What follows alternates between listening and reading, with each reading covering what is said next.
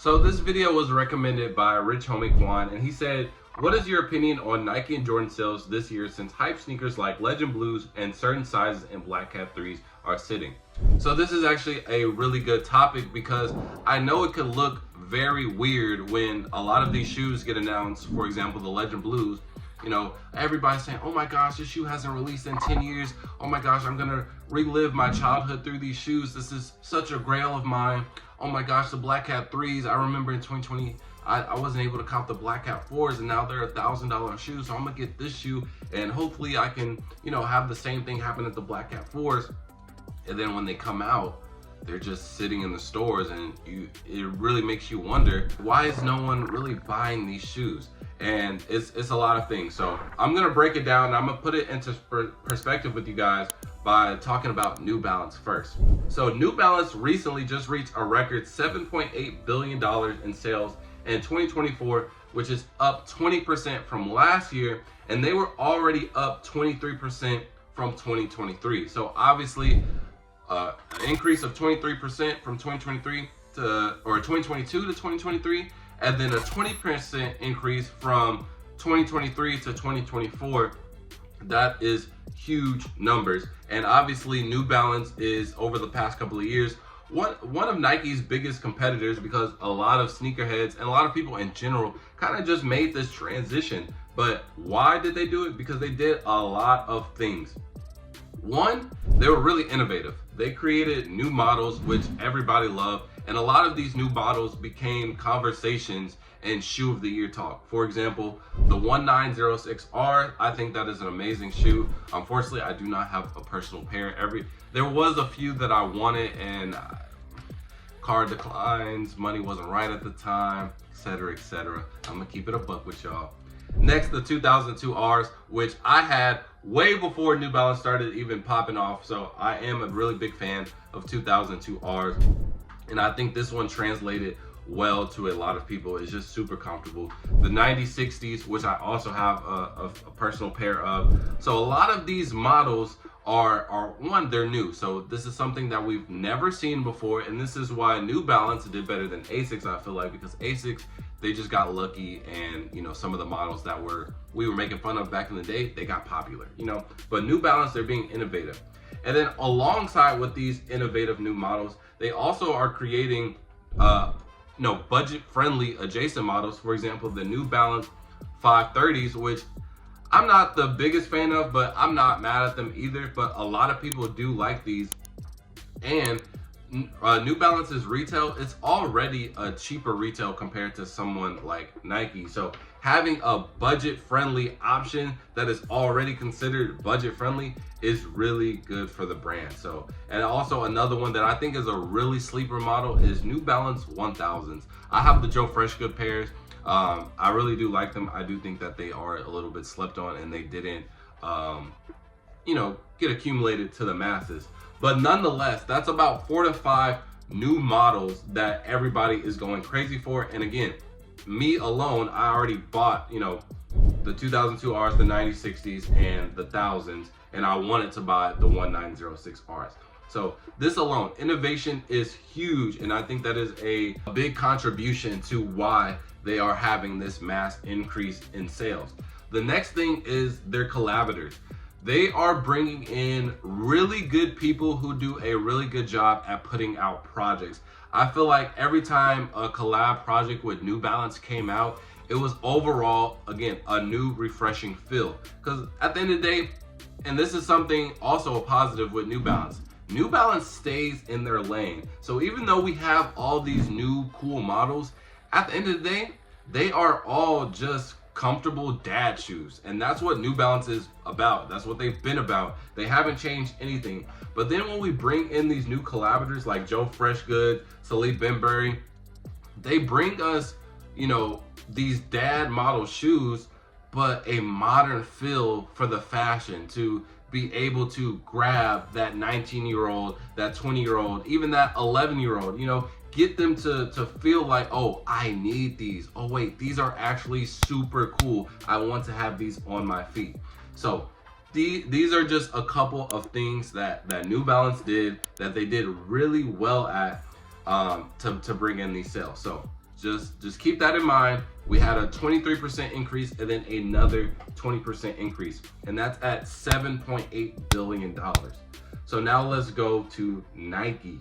So Nike's annual revenue for 2022 was $46.71 billion, which is a 4.88 increase from 2021.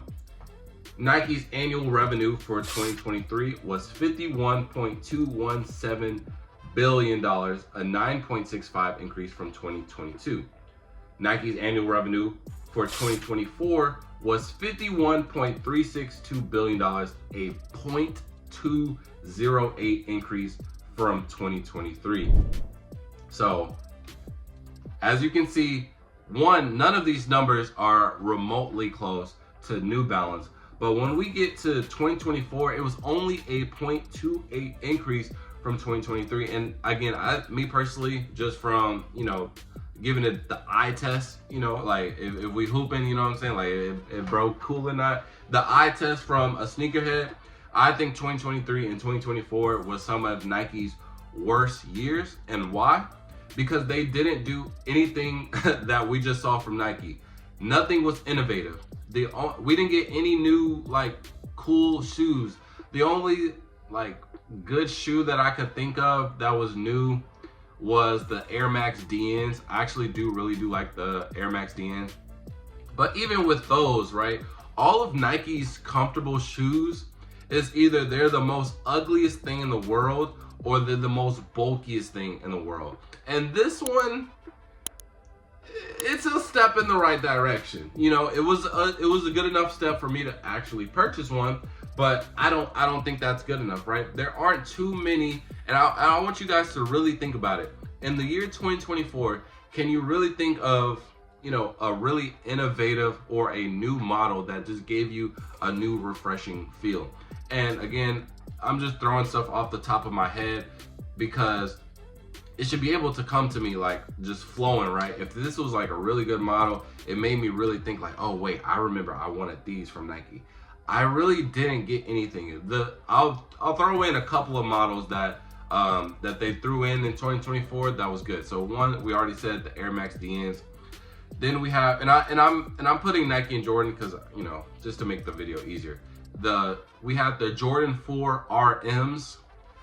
I don't think that was necessarily a good model. I even said it when they first came out. I said with the Nigel Sylvester Air Jordan 4 RMs, I think only people would buy the collab version. And then when you start getting to the general release products, it's not gonna translate well because it just looks like a Team Jordan version of an Air Jordan 4. But I did understand and to an extent like the concept of having a cheap alternative Jordan 4. However, I feel like it just came too late because, and this is another issue with Nike, they just gave us too much of stuff that we already had. In 2023 and 2024, I feel like these were the years where Nike, they just accepted the fact that a lot of people are complaining that they're not able to get shoes. They're complaining about resellers. They're feeling like the product is just too hard to obtain.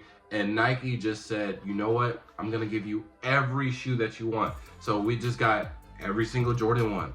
We got every dunk, I didn't even know there was this many colorways to put on a shoe. We got too many Jordan 4s to a point where we were starting to get a fatigue, and then nothing felt refreshing. Nothing felt new. Even the collabs, Travis Scott, he kept on giving us the same thing. And I don't even want to blame Travis Scott because I feel like it was specifically Nike and Jordan that was saying, hey, the Jordan 1 lows are a hit. Let's just keep on pushing those out because those are guaranteed. Until it came to a point where I'm pretty sure Travis had to step in himself and was like, yo, I need my own thing because these Jordan 1 lows, y'all are milking it to death. And so we did get the Jumpman Jacks, which I do think is a good model. So I could go ahead and put that up there in the Jordan category for something really innovative. I do think that was a really good thing to do to kind of separate Travis and stop being just collabs and giving him his own signature shoe, right? So I do think I will put that in that category as well. I do think the Jumpman Jacks are pretty good. But outside of that, all of the collabs was just trash. Virgil, they tried to keep on giving us off-whites. The off-whites that they were giving us were super terrible. The J Balvins, I like the threes, but everything, like his collabs are just so niche because they're all just so colorful, right? And outside of that, like, who really was giving us cool collabs? Everything just felt, even Imam Munir, which was one of the most like well-known collabs when it came to Nike and Jordan, they gave us the most laziest design, the most laziest projects with the Air Jordan 3. And they're supposed to be a brand that focused on storytelling. And the storytelling did not, they didn't tell a story effectively when it came to that whole collection. And I feel like the collection that they dropped it had so much potential, but they just dropped the bomb with it. It was nothing crazy. So everything that New Balance did, Nike didn't do any of it. They didn't give us anything new. Nothing was innovative, and all of the collabs felt lazy and boring. So with that being said, what are we gonna do in 2025? Because we have shoes like the Legend Blues, which is supposed to be a nostalgic shoe, a grail to some people. Even it was supposed to be a grail of mine, and I didn't even pick them up, right? Because we've had this fatigue. Now, I do think that there will be a transition in 2025. 2025 is a whole new ball game when it comes to Nike and Jordan. And like I just said, Nike, they heard y'all in 2023 and 2024. They heard the complaints, and they gave everything to y'all on a silver platter. But now with 2025 being the 40th year anniversary for Jordan, they're making a lot of stuff limited. So even though we have a lot of shoes releasing, a lot of these shoes are going to be limited. And I think that specifically is going to cause a lot more engagement. I know a lot of people on the internet, they claim to say, oh man, I just want to be able to go in the store, no hassle, and be able to get the shoe I want. I don't think you guys understand, even in the beginning of sneakers, before I was even born, it was an element of the chase to the game, of having something that wasn't really accessible. You know what I mean? Even though they were easy to get, you got these shoes because they were Jordans. They were Michael Jordans, and not everybody was able to afford Michael Jordans. And then it took a scale up a notch, and to the point where some Jordans are better than others. So, you know, they have a little bit more price, and, you know, maybe I will pay $300 for these because nobody else really got them. There has always been a chase element to the game, having something to where it's hard to obtain that makes us feel really good about owning these shoes. And Nike, they just completely took that away, and that wasn't right. And so now they're bringing that element back, and I do think, me personally, I feel like we're already seeing it. It's very early stages, but recently I just had an encounter with some customers, the Black Cat 3s. Even though they're still sitting, a lot of places sold out of them, like in store.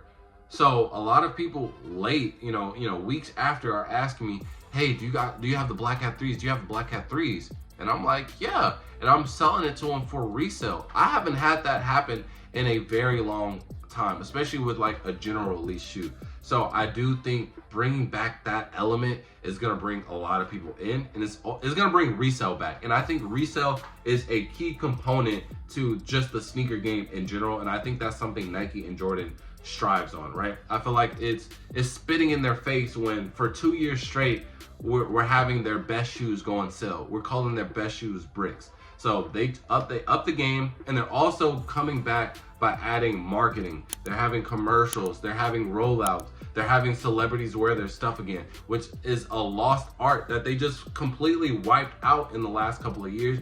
And by them bringing this back, I do think that we will have an increase in sales. I don't think that we'll have record numbers, because I do think that it will be kind of like a slow burn to have it to where we were, you know, a handful of years, not handful, but like, you know, 3 to 4 or 5 years ago, where everything was just booming, everything was selling. But I do think eventually we are already in the right step in direction for this. So I think that is good. And I do think that the sales, it will have a way bigger increase just from 0.208%. So that is my opinion. I do think that the sales will increase when it comes to 2025. I think a lot of people are re-entering the game. But again, New Balance is still on their heels, having these 20% increases, 23% increases. You know, the highest in the last 3 years from Nike was 9.65 compared to New Balance's, which was 23%. So I think that is huge. And a lot of people also might be wondering, well, New Balance is only 7.8 billion versus Nike, which is 51 billion.